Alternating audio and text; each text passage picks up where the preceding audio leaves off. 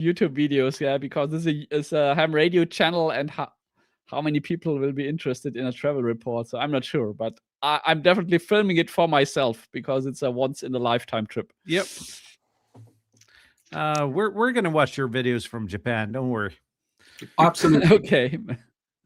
Yeah, maybe I can donate a few shorts for the 2 weeks where I'm not there, and you can play it here on the Sunday or so. Yep, that'd be great. Anything else this week? Nope, just trying to stay healthy and getting into the mood, and already, slowly thinking about how much tech gear I want to bring. Cables, cameras, stands, mounts, noise cancelling headphones, computer, laptop, etc. It's just a big pile. The important stuff to pack, you mean? Yeah, exactly. Yeah, forget about pants and clothing. Yeah, no production assistant. Yeah. It sounds like all of my trips, I spend more time deciding what kind of gadgets I'm bringing than what kind of clothes I'm bringing. Yeah, that's a 5 minutes decision when you look at the weather report before you go, right? Yeah, and if it's a business trip, you pack a suit, and then you're good. Okay. Bob, what about you? Were you more successful in terms of radio activities than I were? Maybe. It's very little HF this week, but one of the guys at my club, he's started this really ambitious schedule where we have nets on different types of modulation on 2 meters on different days of the week. So this week I've been doing a net on DMR, on D-Star, and on sideband on 2 meters, which has been pretty cool. So I'm hoping I'll be able to keep that up. And I've been continuing on my my MeshCore journey. I think I probably showed this off last week. This is the MeshCore solar MeshCore repeater, and I must have done something right, because I put it to the side, and all of a sudden there were 2, so they're multiplying. And I have I had a bit of an accident at my keyboard and ordered parts for 4 more. So this this is spreading. That happens. That does happen. It does When happen. a mama mesh node and a papa mesh node fall in love. Yeah. I hate when those things like accidentally jump into your cart, right? And then you accidentally check out with them. Yeah, the funny part was that it was all the parts needed for a solar repeater, and it was exactly 4 of each that accidentally fell into my shopping cart at Olive. No, So, that's all AI. Sorry, just blame AI. yeah, probably. Has nothing to do with poor impulse control. It's all AI. That's for sure. Yeah, I think I have the same problem, Bob. I have a DJI Pocket 3 jumping into my shopping cart soon. I already know it, yeah, because it's sell out, because the new version 4 is around the corner. So the price at the moment for the 3 is really good. So maybe I'll cave in and order it. I feel guilty. It's no use. It's no use fighting it, Tobias. Just go for it. Yeah, there we go. Yeah. But I've I been think thinking about- I'm not sure how much dollar it is, but $349 brand new is not a bad That's about price, right. I think. It's a pretty good price. Yeah. Yep, I've been thinking about the same, because I need to retire my GoPro 7 at some point, Yeah. which is probably going to be not very long in the future. Yeah. Yeah. Let's see. I think I mentioned this last week. I'm sorry. I have to use 2 hands because this is heavy. I'm begging you for that. Yeah, this needs to be because it's not big enough already. So this needs to be embiggened. Show the profile of it, not the front. Yeah, exactly. This is what we want to see. Yeah. Does it have an official belt clip? I don't think my belt would be strong enough.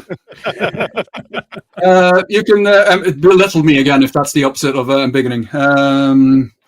Yeah, I've been playing with that thing. That's an Android 15 phone, a fairly alright phone, big screen, huge battery, and it's got a UHF, VHF, DMR, and analog radio in it, which I thought was pretty cool.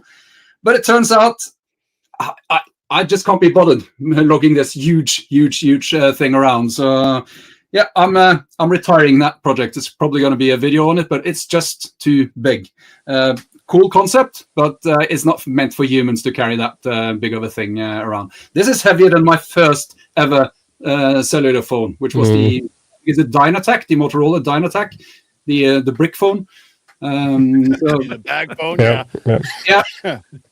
When I saw it last week in Barcelona, Bob, I thought, okay, cool device, but it's simply too heavy. Yeah. And that's Could be, yeah. the heard the 90s KP4V you showed up there, Paul, isn't it? Yeah. Yeah, that's a much better idea. If you want to, and I have that thing. A much better idea. If you wanna integrate VHF into your cell phone, go for that solution, because that's something you can pick up with one hand, which I think is important for an HD.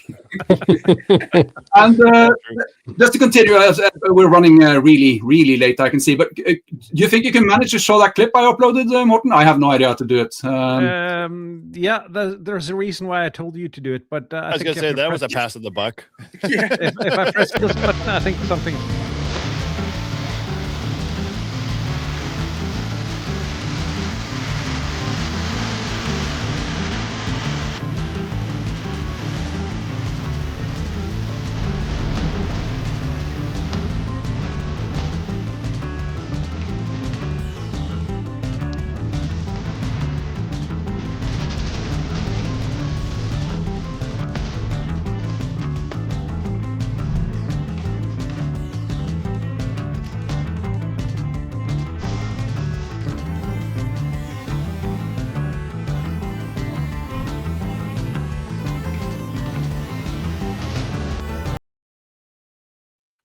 We know strangers to insane behavior on this channel, but I think that pretty much tops anything we've done so far. So extremely cool, and this is the level of enthusiasm that we're seeing now for Meshco. We actually brings that thing up into his drone to make contact. And the thing is, though, because you're not allowed to do ham radio from unmanned Flights, aerial vehicles in Norway. Yeah, but this isn't ham radio. So this is IFM. At least you're not breaking that rule. Yeah, But And I can see the drone pilot down here as Now, he's there's nothing- cringing a little bit. There's nothing wrong about this, but just flying this with this massive antenna and payload under it, that would be epic to try to fly that past a military base or something and just see how long you have the drone. So you're not allowed to operate ham radio from unmanned aircraft, so you can't do balloons. No, we No. can't. No. But there is a revision of the legislation coming, and hopefully that will be changed. It Yeah. was banned after some people used quite a lot more power than they should to do long-range drone flying. And then some of the commercial companies complained about that, and then that basically banned it completely. So now there are some. It's coming back again. It came from some people overstepping some boundaries, although operating legally, and then it got slammed very hard down on too hard, basically. Yeah, we had I think the Chinese were doing like a spy balloon or something floating across the country, and then after that, ham radio, like a school had a little APRS beacon that cost them like $25, and they were tracking it. Like I think it was over Canada or Alaska, and the military ordered it shot down by like $100,000 rocket. It was just a beacon, beaconing. They were tracking it like as it was floating by. I just got a message from Lima Bravo 3 Hotel Charlie. That was the guy that made the video, and wanting me to point out that this is ISM. This is not amateur radio. This is ISM. This is not ham radio. Let's be clear about that.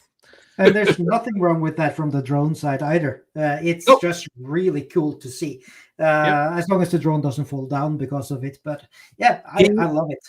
I got to say, the first time he tried hanging the radio beneath it, it interfered with the landing sensors. It thought actually the radio was the ground, so it was rather difficult to get the drone back down. So he had to disable the ground detection on the drone to do that. But yeah, bloody impressive stunt, that thing. So very, very cool. I love it.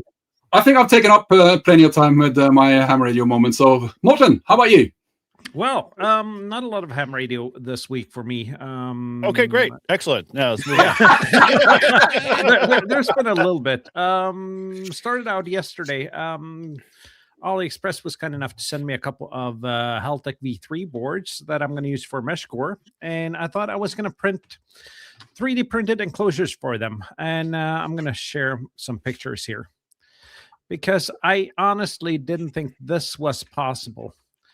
But inside my Anycubic ACE, the filament box with 4 filaments, inside one of the dinguses in there, it actually managed to tie a knot on my filament. Whoa, that's impressive. Which jammed everything up pretty hard. It took me the better part of yesterday dismantling that thing and figuring out, first of all, how to dismantle that thing. It turns out I'm not the first guy that has had this issue, though, because there was a lot of people on the internet that had the same issue. Is that a feature you have to pay for? I think that is... It's included in the box. Mine did the same thing after just 2 weeks of printing. The latest firmware. Yeah. I mean, that's impressive. It ties knots for you. Yeah. It was jammed. It didn't move. It didn't move any in either direction. It was just jammed shut in there. It took me the better part. Now I only have a 3 filament changer, not a 4 filament changer, but I can live with that. Did you break it? It doesn't want to feed filament through the slot that had the orange filament anymore. I can probably fix that, but I didn't want to spend that time at 8 o'clock last night, actually. No. So I didn't manage to print those enclosures, though. But today I managed to, let's see if I can find the right window here. I managed to go out and do a POTA at the beach. In windy, rainy, chilly conditions, about 2 degrees centigrade, and strong winds. It was so cold. Didn't look at the bands before I went out. That was probably a good thing. And the rain was closing in from the sea really fast while I was there. Put up the G90 vertical antenna. Managed a single QSO in about 30 minutes. Then I decided, I looked at the rain closing in and I just decided it's time to pack down. And that's pretty much the extent of my ham radio this week. But you still recorded a very nice motivational video for us. I So thanks did. for that I did. one. And that was actually my reason for going out today. The video.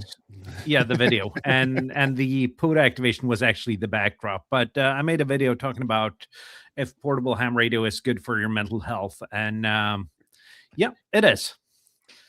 Yeah, not So, for your freezing fingers sometimes, but for your mental health at least. I was so insanely cold because it was about 5 degrees when I went out the door at home and no wind. Oh, come on. Really? And so it was a bit colder. I didn't dress for neither the wind, the cold, nor the rain. So it was chilly, but it was fun. And at least I got to go outside before leaving on another business trip tomorrow morning. So no more ham radio for me until Friday. Well, I am bringing a LoRa APRS node, and I am bringing an HT, but no AHF gear for this trip. Bring the MeshCore thing. Maybe you can set it up while you're on the trip. I don't know if you've ever worked in the event industry. There aren't enough hours in the day to do what you're supposed to do. So I don't think I have time to set those up. Then you get to choose whether you want to do radio or sleep. And I do have some plans to film a quick video. My daughter's filming me or taking a picture for Snapchat or something through the door here. Or maybe for identification later when they have to figure out, your remains or something. I don't know. So I'm probably going to do a video about doing remote ham radio from a hotel room while being there. Cool. Now, so question for you, Morten. Are you going to submit your log? For the POTA? Yeah. Okay. It's just going to take me about 6 to 8 months, as it usually does for me to upload my logs. Okay. You might want to let that one And contact that's know. the reason, Tobias, why you haven't gotten the log yet for the activation after the Norwegian ham meeting. Yeah, but it's one export click. How hard can it be, Morten? Please try. I have to remember it at the right time, which I actually Okay. can do now, because now we're going to let our guest take the word. It's been a record-breaking ham radio week segment this week. 49 minutes almost. So we have 12 minutes now for no. Yeah, we're gonna go. We're gonna go late today. That's a live free and ham thing. We always run long. Yeah, we've had the ham radio workbench on here a couple of times as well. We're not anywhere there. We're way below their level, but yeah, we now run along. We know that it's not Vince making the show long, but it's George and Smitty. They're making the show long. we're channeling the inner Smitty. Is that what you're saying? Yeah. So Eric, tell us about Live Free and Ham. Well, I'll throw this to Todd because he tells the story pretty good. But in essence, we're Live Free and Ham. Paul, you have your own spin on it, my friend. I have to say it's creative enough that it's well worth telling. So, I'll let you tell it and I'll fill in as we kind of go. Yeah, I mean, I got into ham radio by accident, kind of. I fly model airplanes and drones and stuff, and I do some FPV, which is first person view. And in the States, the video feed to your eyes from the aircraft is a ham radio band, and it's our technician band, which is our first entry level band. So it was COVID, and it was like what was it? No one was going there to do anything. I got an app thing, said $5, get your ham radio license. Like, all right, I'll do it legal. How hard could it be? I bought an HT, got on a local repeater, and eventually met Eric. And he kind of pushed me to the next level to do HF, and we did HF, and then I got my general. And that day, we on the way home from where I got it, we stopped at a park and did my first pod activation, and I was hooked. So we've been friends, learning about ham radio. He's been a ham operator a lot longer than I have. Kind of took a hiatus, but came back. And we were just talking. I said, we should probably do like a podcast because no one really does anything on the East Coast. It's always, Texas and West Coast. And, why don't we just try a podcast? So we got our buddy Ryan, and and we started. We didn't know where it was going to go. We were just going to see how it went. Eric had some experience because he had a podcast with his brother and his friends.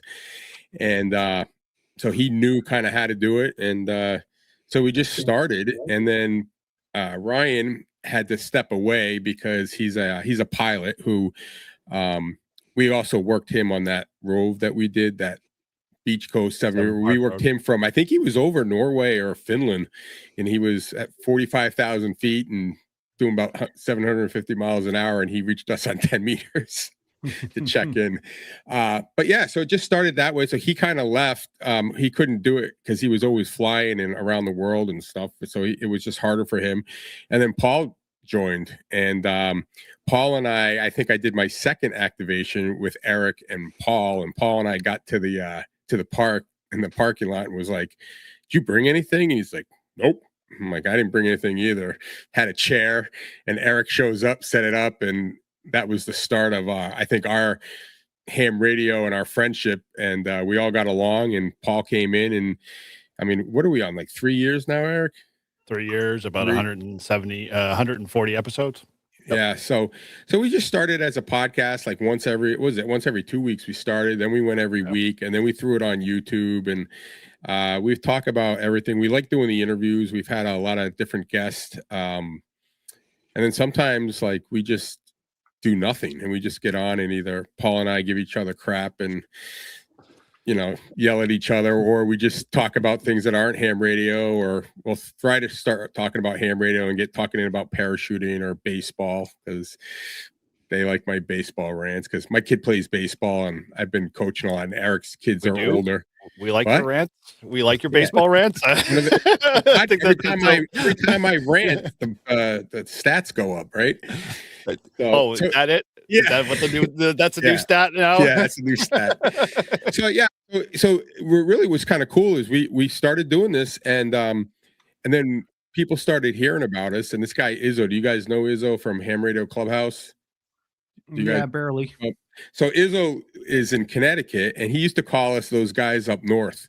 and we kept saying "Live Free and Ham." Like, so Eric bought the domain. Those guys up north, and then we got on Ham Radio Clubhouse, a few times and got noticed. Then it just kind of spiraled, and now all these ham radio YouTubers all kind of know us, and we've been on their shows, they've been on our shows, and we get guests, and we did a 24-hour POTA last year. For the first time, we did a camp out, and we activated for one park for 24 hours. So that was fun. So we're just the whole idea was just to promote ham radio and just have a place for the East Coast, Northeast to have some airtime, on the channels and see how it goes. And I find it kind of fascinating because one of our guys that he's been on our show, and I call him the POTA King because he's retired military and special forces, and he worked for like a private company doing military stuff, and he's retired, and he does POTA, and he is nuts with POTA. Like, he does 2 activations minimum a day. Gets like 300 contact, like a 300 contact park is like nothing for him. So I met him, and he came to our club, and he lives a little bit farther away, and he showed up at the club, and he wanted to meet Eric and I because we were doing, he knew that we did POTA, and he was doing POTA, and he wanted to meet us because he didn't really know a lot of people. And I started talking to him, and he recognized my voice. He goes, "Are you on Live Free and Ham?" I'm like, "Yeah." I'm like, "You listen to it?" He goes, "I was just listening to it on the way up here." So he recognized my voice, not me, but the voice. So we've met a lot of cool people, and we're really enjoying it. And it's just become part of our, our routine. And normally we do it, we record Sundays around 8:00, and sometimes we don't have guests, and sometimes we have guests, and sometimes it's like the last minute, like, what are we talking about today? So we have a little routine. I've been studying for my extra for like 2 years, 3 years. Ever. I kind of started studying, and Paul quizzes me, and I've gotten a lot. I take the credit for getting a lot of people their extra license. Okay, you boiled that down so like eloquently there, but dude, it's not like that. Paul, Paul, there are weeks Paul goes, "Oh my gosh, we've had this question 9 times. When are we going to get past it?" And then there are weeks that you score 100 out of 100, but like it's been you should talk. journey. You answer them too. You don't get them right either, dude. But I am an extra, so I could I could go up and down. You only need to get it right for the exam. Listen, the longer it takes you to study, they're going to change the question pool, right? We are already anticipating that, Shannon.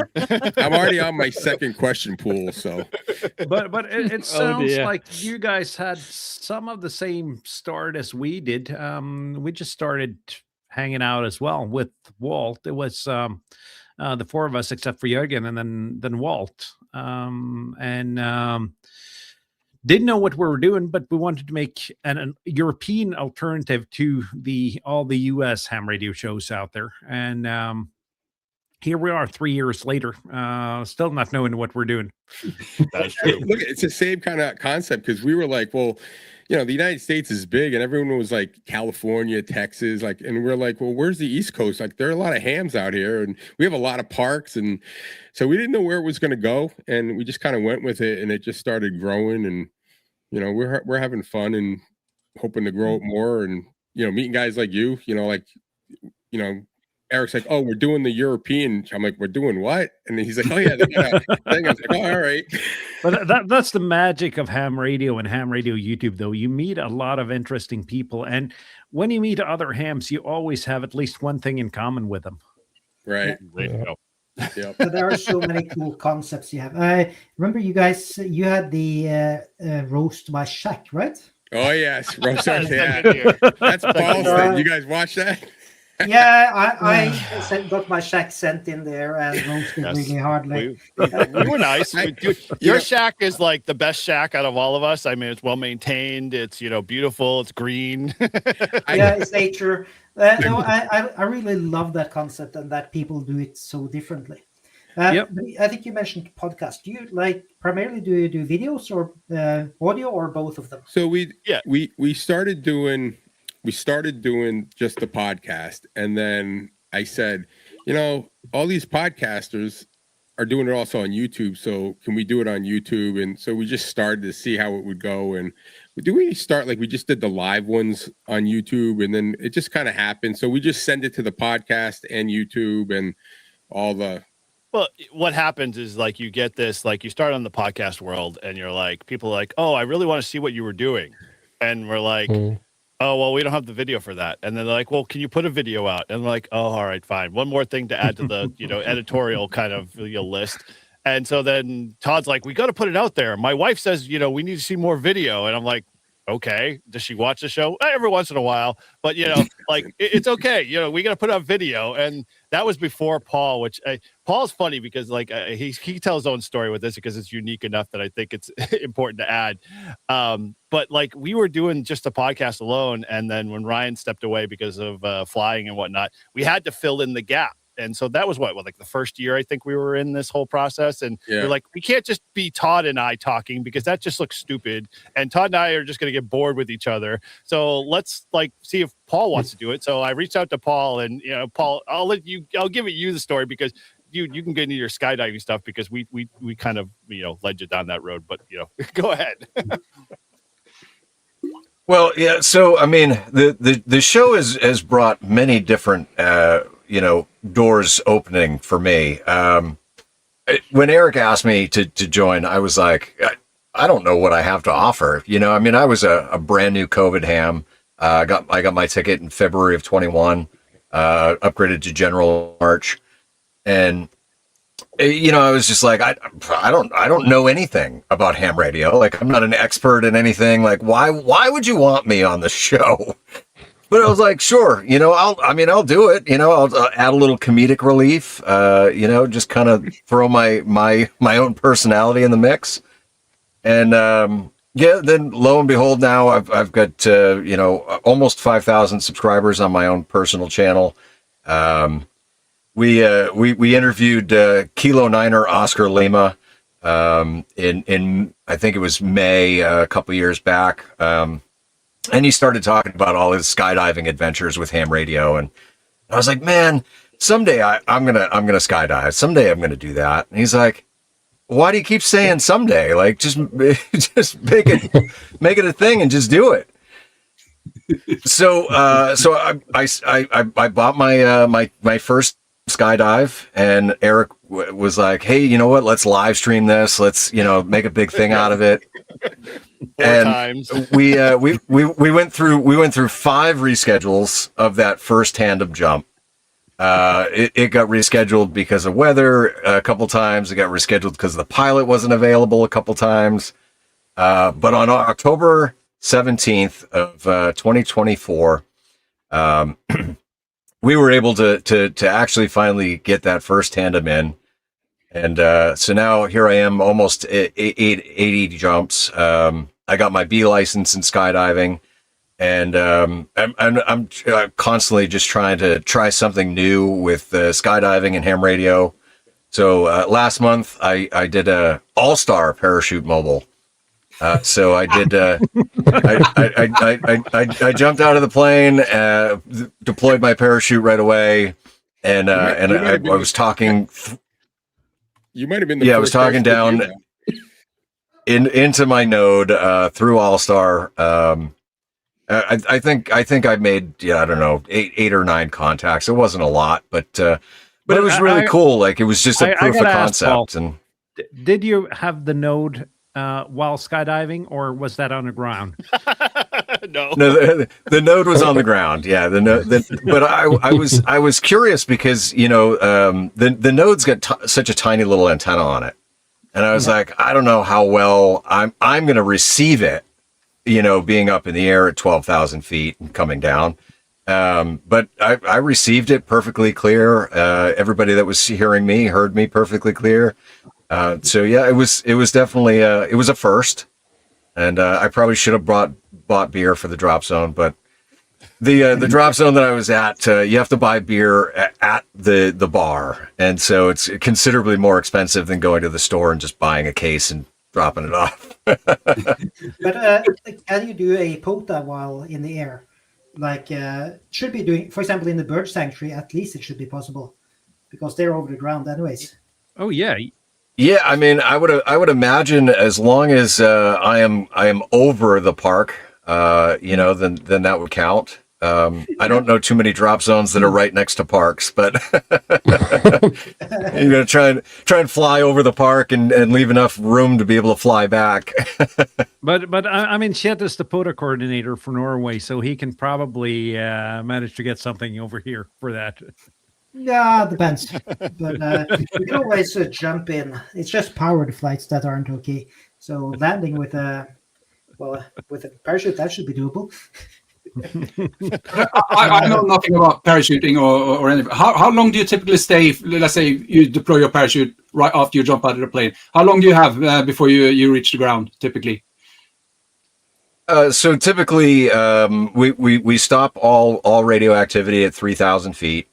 And from 12,000 to 3,000 with the brakes stowed gives you 12 to 15 minutes. Oh, nice. So with a scaling wire, you should be able to do a HF then.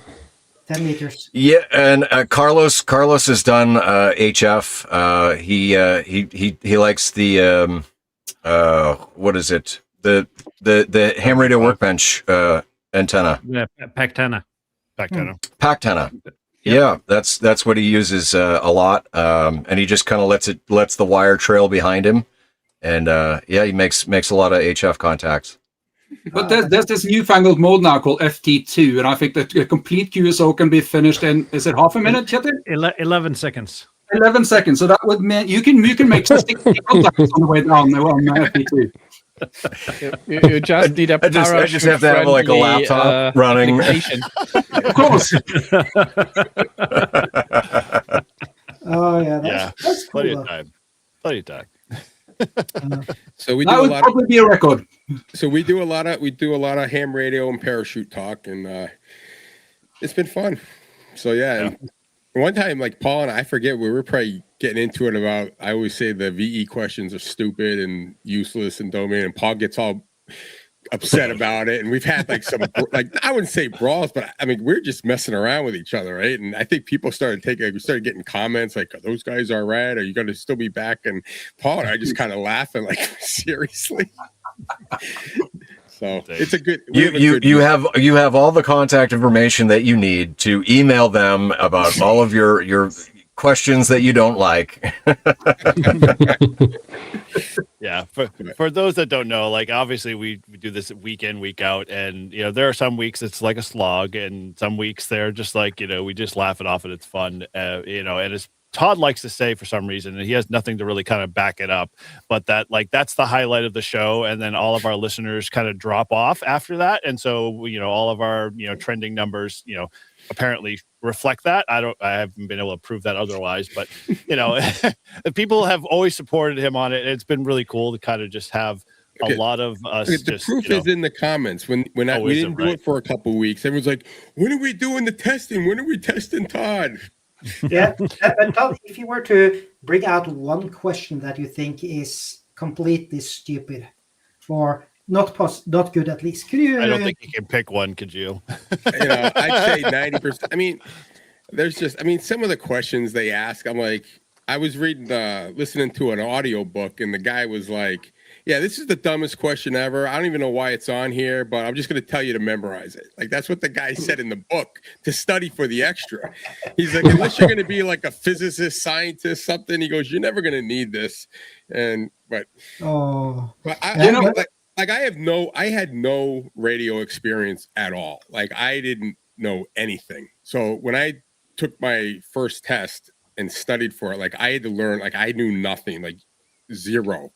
And then when I got to the general, I started and I was activating and doing. I started to understand a little bit the basics, and I'm no expert, and I know the concepts, but some of the details. I suck at math, so every time we get those diagrams and formulas, and I'm just like, "Yeah, never going to need that, because I'm never going to do anything where I'm going to need that. And if I do, I'll just have Google tell me how to do it." The thing is, though, all of that stuff, it's not necessarily something you need to know firsthand, but you'll get to learn it by doing it. After Right. Hey, Paul, what is the slogan? Ham a radio license. makes me feel dumb every day, and that's okay because there's always something new to learn. Yeah. There you go. And it really has. I mean, it's starting to stick in because like I haven't studied in months, and I think I was like 2 out of 3 last week without studying. So I don't recall. I don't keep track of those. And stats. there's something about knowing that What's you're that not. song? 2 out of 3 ain't bad. The government working for them, and that ain't bad. Bad. Yeah. You don't, And you don't have to there's have something 100. about not being the smartest person in the room, and if you're in a room full of hams, you can pretty much say that you're not the smartest Yeah. guy in the room. But it's- Some would claim otherwise. But I think all of us who are involved with Live Free and Fair, we all have one thing that we all love to do, and that's doing Parks on the Air. I mean, all 3 of us, that is something that we can have different views on this or be interested in that. But when it comes to POTA, and even Shannon, like POTA is, and that's kind of where it started from, because Eric really got me into the POTA stuff, and I was having so much fun. I'm like, we should talk about this. And it wasn't just going to be a POTA station, but I said, I'll talk about POTA all day long if you want to. But it just kind of, we've had some POTA stuff on there and we've talked about, but it's been really good. And I've met a ton of people. I think we all have. And now Paul's like kind of roaming. What do you call it? You're like the roaming RV life. Yeah, the RV life, just traveling around the country. And so he's going to all the ham fests and meeting everyone and kind of repping us, throughout the country. And he'll be back hopefully in the summer, right? August. Is that when you're coming back? No. Later. September? October? Well, he'll come. There are currently no plans to return to New Hampshire this year. Oh man, there you go.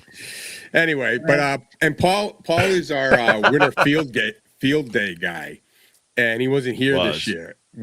And I mean, Paul is like, when it comes to winter field day, he's got one of those fishing tent things. Ice tent, all 9 yards. And 2 years ago, it was so damn cold, like it was probably 10 degrees outside, and you'd go into his tent, you'd have to take all your shit off because it was like 75, 80 degrees in there. You'd start sweating. And he had it like that all night long, just making contacts. And I mean, and he was the guy, winter field day, that was his gig. And then he left and he goes, well, you guys can use my stuff. Eric and I are like, yeah, we're not going out there. You're not going to be there. We're not going to go. Nope. So, but it's been good, and the podcast keeps us all connected. And even though we're not in the all in the same state anymore, his home is New Hampshire, so that keeps him legit. That's why he's still an official Live Free and Ham member, because he no, he's always going to be there. Give him crap. Yeah, it's kind of funny. Like, go ahead. Yeah, it sounds like you guys have a really good vibe though, and there's definitely some chemistry between you guys, which makes it took a while. It took a while. I think Paul tried to figure out how to fit in, and Todd and I like, dude, welcome. You be you, whatever. Like, be weird. We're okay, And so it took a little while for the, kind of the weirdness vibe to kind of jive, but yeah, once we got kind of going, it's been fun. Like and I'll tell you, the skydiving for Paul, in my opinion, has like saved his life, because I got half the jump because I showed up like 4 times, and the 5th time I'm like, Eric, just call me when he's going. I'll leave work. I'm like 15 minutes away, and I'm cruising down this road to get to the field, to the thing, and I look up in the air and I see them coming down as I'm driving in the trees. I'm like, oh, he's coming. As soon as I get there, he lands and he comes over, and the smile on it, I've never seen the guy smile so much. I was like, holy crap. You had to be there. And that was it. He's like, I'm going again. And now he's just been, and we were trying to get him. We were trying to raise money. We're like, you got to get this guy, keep doing it. And now he's like, what are you up to? Like 80 something jumps now? Just 80. It's 79. Yeah. So that's a lot, since it started. At least I think. And I need to ask though, compared to ham radio, is skydiving an expensive hobby? I laughed out loud. To shave his beard to just get the gear, right? Or to buy. What'd you buy for that? The chute or something? Yeah. So what I did was I sold the extra 7300 that I had. That was my field radio. I sold that, and I bought a skydiving helmet, which was $500, and then we did the fundraiser where I was ready to shave my beard for the right amount of money. Raised about $3,000. I was able to get my container and canopy and everything. And then to get the right sized canopy was $1,400. So yeah, I mean it's definitely not a cheap hobby. If I was to get a brand new system, you're looking at 10 to 15,000. Now, Nice flex. Wow. for all you people out there that are watching this in Europe and the States or wherever, Paul did say if you sent him $100 and an outfit, he will skydive with it. We're spreading that. Yes. If you want to see him look like a fan, huh? So think of something cool for him to wear, and you've got $100. Send it his way, and he will jump.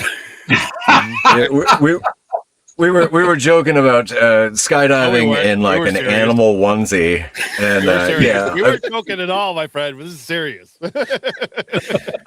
I will do it. I will do it. As it is, we already got him to jump in a pink shirt. I can't remember what we put on the shirt. Will we put anything on that shirt? It's a pink Grouch Army shirt. Okay, that's what it was. Yeah. Yeah. It wasn't pink. And, It was salmon. Okay. We do have some suggestions Yes. here, Paul. There we go. $100 will get your Borat to jump. Yeah, By all means, yeah. Shannon, you could probably knit that in like half an hour or something. Well, It'll I be gotta like ask, a marathon you said it, jumping. this is skydiving. It's an expensive hobby, but I think the most expensive part of ham radio is the fact that the likes of Yaesu and Icon they continuously create new radios, and it's impossible not to buy them. Is it the same thing with the new parachutes and new parachuting equipment? Well, I mean, I would absolutely love to have a whole collection of different canopies for different things, and I'll probably get to that point at some time. But as of right now, I'm perfectly content with my used gear. I'm only a year in, so give me a couple more years, and we'll see how the collection grows. Now, this is when he told a story where he was training and he hit the hanger, kind of ripped the parachute on landing. Yeah, I almost landed on the hanger. Yeah. And he's like, "Well, they just sew it up."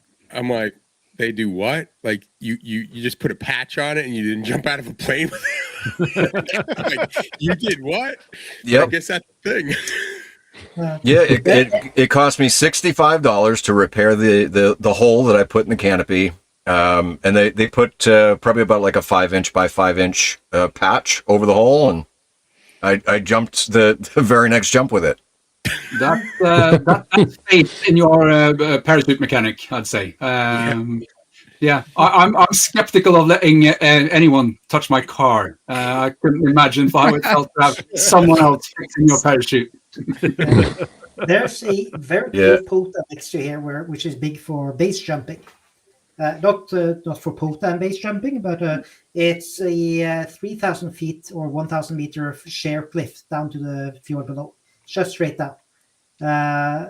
So that is a challenge for you.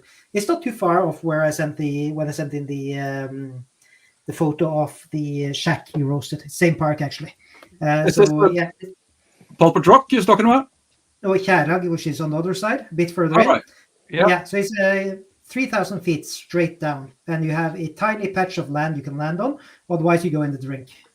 And mostly, if I remember correctly, most of the people that jump there, they actually survive. Yes, some of Yeah, Most of them. yes. Okay, I'm just waiting for Paul to get the wingsuit, and then he could do like activations for like those guys can fly forever.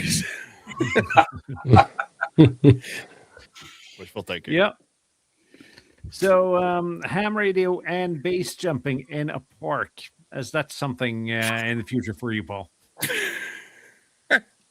You know, I've thought about base jumping. I think if I was going to do any type of base jumping, it would probably be from a bridge to start. Very, very, very frequently, you see canopies open up and then you 180.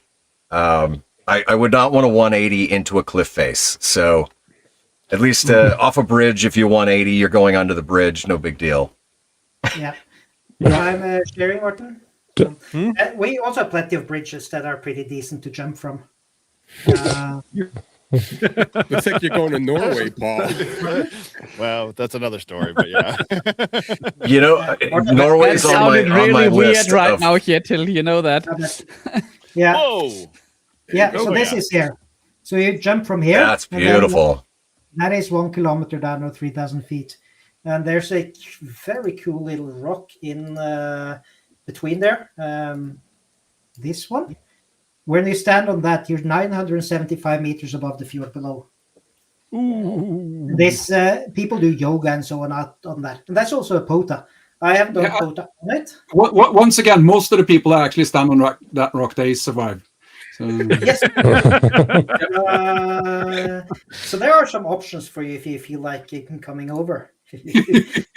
I got to say, Chet, that for the host that's not working in the travel industry, you're doing a great job of promoting Norway here. Yes, I know. But there are some cool places, and I know there are other places as well off the world. And But didn't they that's- film one of the Mission Impossible movies at that location, Chet? No, that was on Popit Rock on the other side. That's only 600 meters or so. So Okay. 2,000 feet. But there are so many cool places like that around the world, and bringing the radio there is also cool. But that's what you get from Ham Radio YouTube. Also, people sharing these places, or Facebook or whatever. Ham Radio, just community, just people sharing it. So I love that. I have to travel sometimes. I haven't done it lately, but I was traveling down south and stuff. I literally bring my backpack, would have my POTA gear in it, and I throw in like change underwear and some socks and maybe an extra shirt, and that's about it. And I'd go my 24-hour trip or whatever, and I'd go do what I had to do, and then I'd find parks on the way back. And it's crazy because like I'd be down in like Mississippi, and I'd have like our numbers, like, so 1 is like New England, but if you're down there, they're thinking they're getting New England, and I'm like, oh no, I'm in Mississippi just on a business trip. Yeah, but that's strange though, when you're traveling and you look at the POTA map more than the actual map of where you're going. Yeah, well, that's what I do. When I say, oh, where am I going? So I went into, I got this thing done, and I had like half a day, and I'm like, well, I could drive like 45 minutes out of my way and hit Louisiana and pick up another state. So I did that one, and Louisiana, I don't know, like, trust me, it's different. And I was in a black Hyundai car, and I found this park, and I just set up my my vertical, and I'm in a black car, and I got my radio in the car, and I'm just working the park, and this guy comes by in this huge truck, big wheels, and he's driving around, he's looking at me, and then he finally walks over, he goes, "You FBI?" I'm like, "No, I'm not FBI." He goes, "You're not FBI, you look like FBI." And all the guy was doing was like illegal dumping his trash in a dumpster. I'm like, "Dude, I don't care what you do. I'm doing ham radio." I've never been accused of being the cops here, but being a spy, that happens quite frequently. Yeah. Wow. Yeah, so that's one of the things with ham radio. It's just been fun, and I've gone, like, with Parks on the Air, like, I've gone to so many places I would have never gone to. You know, like we have I do juvenile probation, so I'm down in Florida checking on kids, and you know, I find this park, and you just go in there, and it's just beautiful. And then the one time I think I was in Mississippi, my first time, and I'm at this park, and I'm talking to Eric on the ham radio, like I was working him in New Hampshire, and I was down in Mississippi. He goes, "Oh, you should stay to do late shift."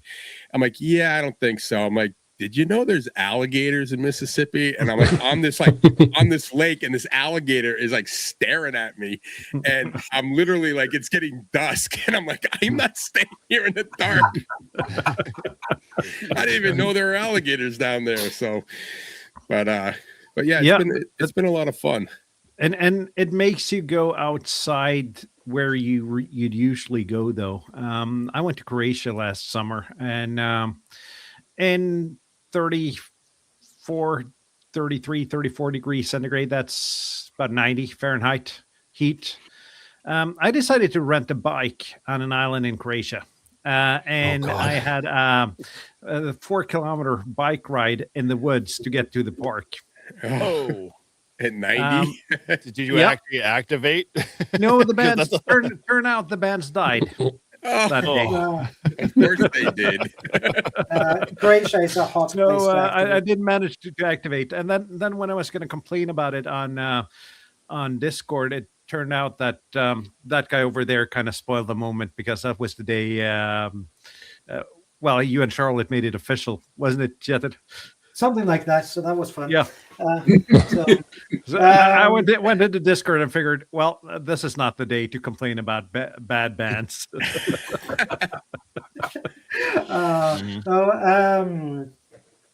what's something I was completely lost out of my mind here. Well, Eric and I, Getting we did, the three of us did, Eric and I were together and Paul went up north. We had a solar eclipse. And Ooh. Paul went up north to do the full eclipse. We were like, where we were in the southern part of the state, we were like, what, 3/4, a little more than that. So Eric and I go down there, and we're doing it just because we wanted to see what was going to happen to the bands, if anything, like what was it going to be like. And we were like 20 meters and everything was booming. And as the eclipse went, it, first of all, it got cold, and then it got buggy, like we weren't prepared. Like normally we'll have like mosquito things or whatever. It got so buggy, and then the bands just died, and the birds were like, everything was making noise because they thought it was going down, and then all of a sudden it came back out, and the opposite happened, except the bugs didn't go away, so it like screwed up all the animals. But we activated the park, and Paul was like up where it went total darkness. Like we got it down to like dusk.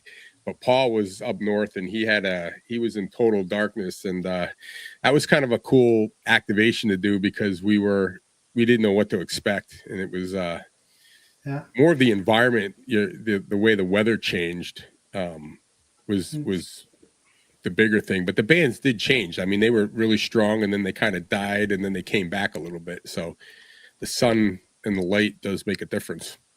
I've done a different one there.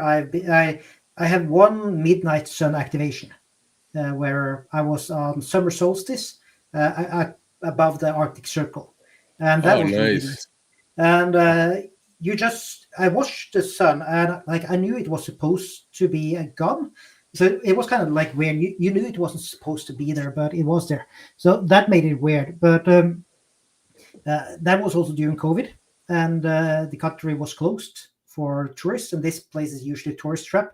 So usually when you see photos from this area, it's called Lofoten, then it's full of camper vans, like from one end of the beach to the other end. And now it was empty. It was only me. They had to actually close the camping site, so I was the only guest.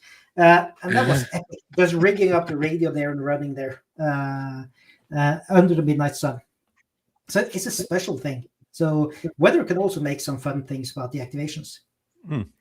So, Yeah, I'm going up north this summer and hoping to do a midnight sun activation.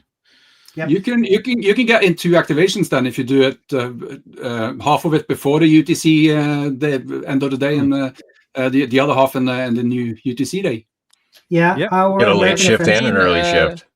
Yeah, Yeah. Does it mean 24 hours DX on 20 meters in theory, or how does it work? Well, it does so in most of Norway anyway, Tobias, because we're so far north that it Okay. doesn't really get what other people would call dark here in the summer. Not in summer. So Just you that guys, you guys are like, we get up like New Hampshire, it'll stay light until what, like 9:30 at night in the summer at the peak, but then in the winter it's like 4:00 and it's by 4:30 it's dark. So we have a bigger thing, but you guys must have like huge extremes. Like in the winter, it must be dark all the time. It is. here in the south, like where I live, I have 6 hours of daylight or so, I think. Yeah. basically in this part of the country, if you work a regular job in a regular office, you don't see daylight.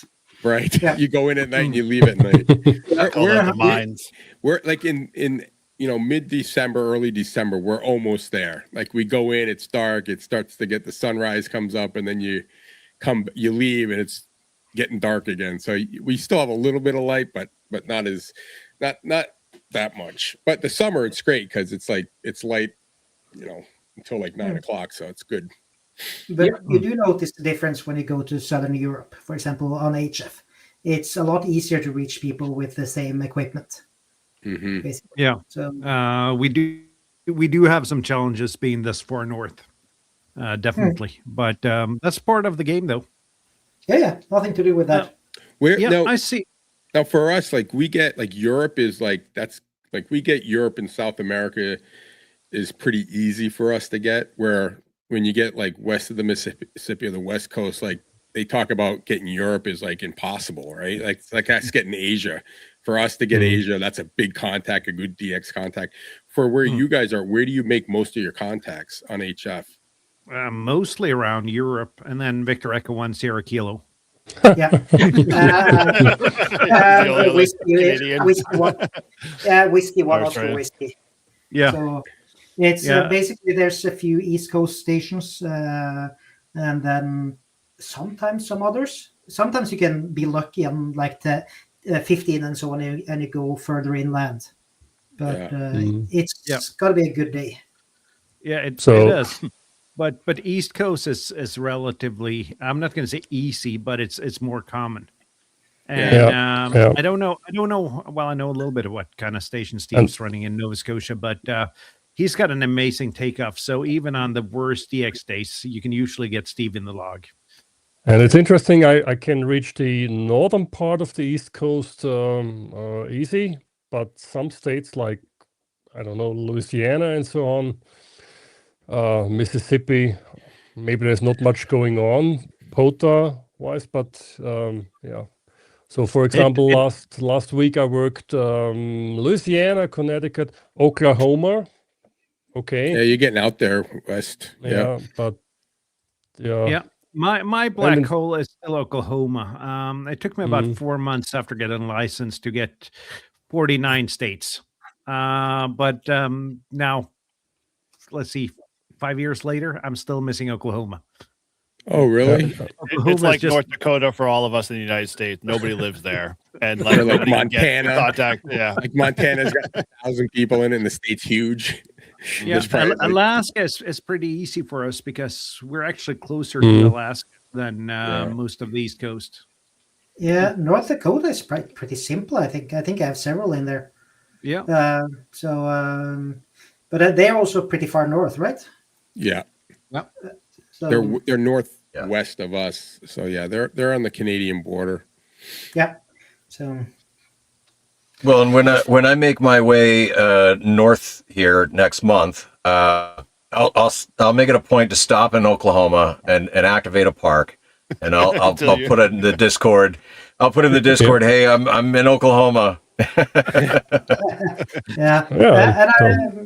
Then I probably need to keep. I need to add you to my ham alert then, and have my flex ready wherever I might be.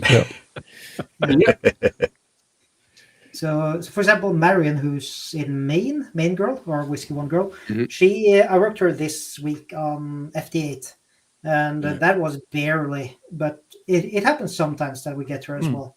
So we have a hard time working Maine too. Yeah, from New Hampshire. Yeah, I guess that's more of an 80-meter contact for you. So maybe, or you heck VHF or 40. Yeah. Oh, you were the one who told me on FT8 about Antarctica, right? Was it you that called me? Yep. Yeah. So Paul, I'm upstairs. I'm like watching TV or something, and Paul sends me a text. He goes, "FT8 Antarctica." I run down to the radio again. I'm like, I'm never going to get it. I see the guy on there, and it was a Japanese station, a research guy in Antarctica. So I made that contact on FT8. So technically I've got all continents, in some band or some form. So that was a cool one. But and my other really exciting, I worked at overtime at the kids' jail, and I'd work the third shift.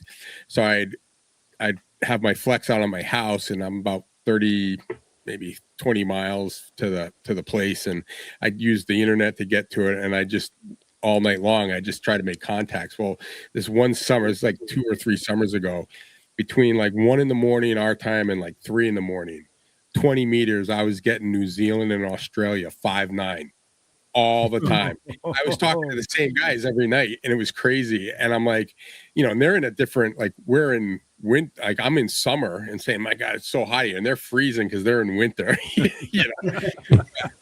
Freezing by Australian standards. Yeah, it's not really that cold.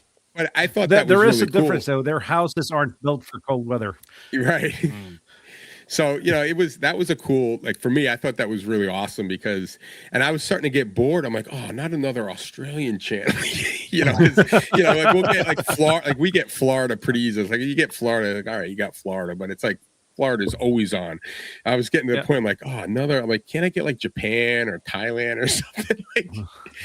But yeah, the farthest one I think I made was, I think it was 10,800 miles from my QTH to the contact. That's my farthest.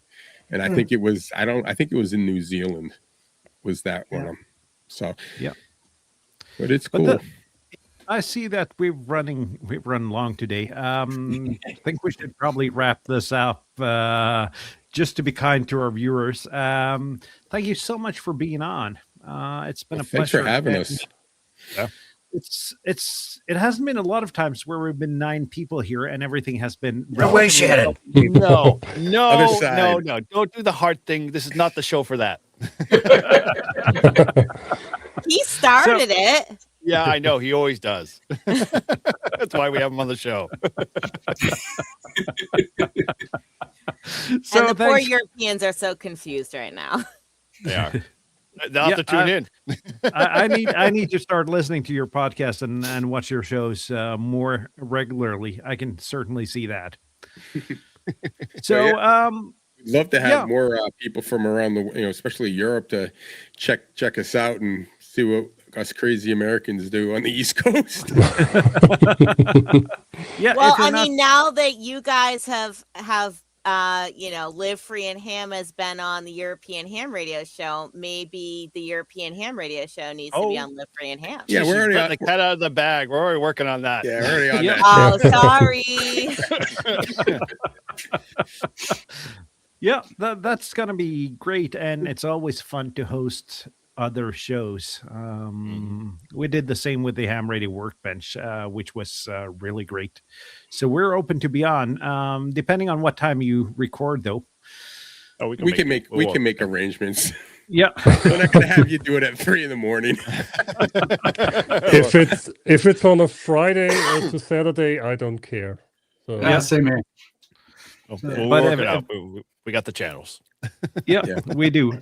Thank you so much for being on. Next week, Kjetil, it's one of the guests you've booked, so tell us a little bit about that. Yes, sharing a bit here, and we are having. We have so many windows here, so I just need to find the right window first. This is hard. So we're having Whiskey One Golf Romeo Delta on. He's going to talk about POTA news and reviews, which is a really nice webpage where you can talk about basically the reviews about POTA. There's some news stories, and there's an epic map as well with lots of nice search functionality. And you can see some more ways in here. There's a few parks there. Yeah, there's a few. UK is on, and then it's like there's no other parks anywhere else in the world.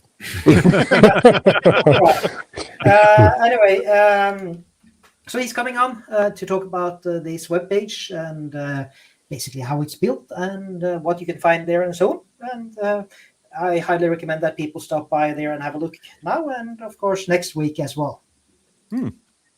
Looking forward to that. Yep. Actually, and just a little sidebar on that real quick. If you go back to that webpage, the Pack Mule, that's a cool award that Gary created. It's very different in the sense it's not like the rest of the other awards that we have on POTA.app. So check that page out. I think it's pretty cool about what he's trying to do with the Pack Mule Award. But it's really for those backpackers, soda guys that still like to do POTA, it's a combination merging of both and how you do it. And so he wrote up the whole rules and he's got the award, and it's pretty cool. I know a couple of guys that are doing it. Yeah, I'm sure we will cover more of that next week, but that's kind of cool. So yeah, I look forward to having him on next week. Absolutely. And thank you guys for being on. And if you're not subscribed to these guys, go ahead and do that. Yes. And if you're not subscribed to us, go ahead and do that as well. So see you guys down the bands and see you next week. 7-3 all. 7-3. See you. 7-3. Bye. Sweet.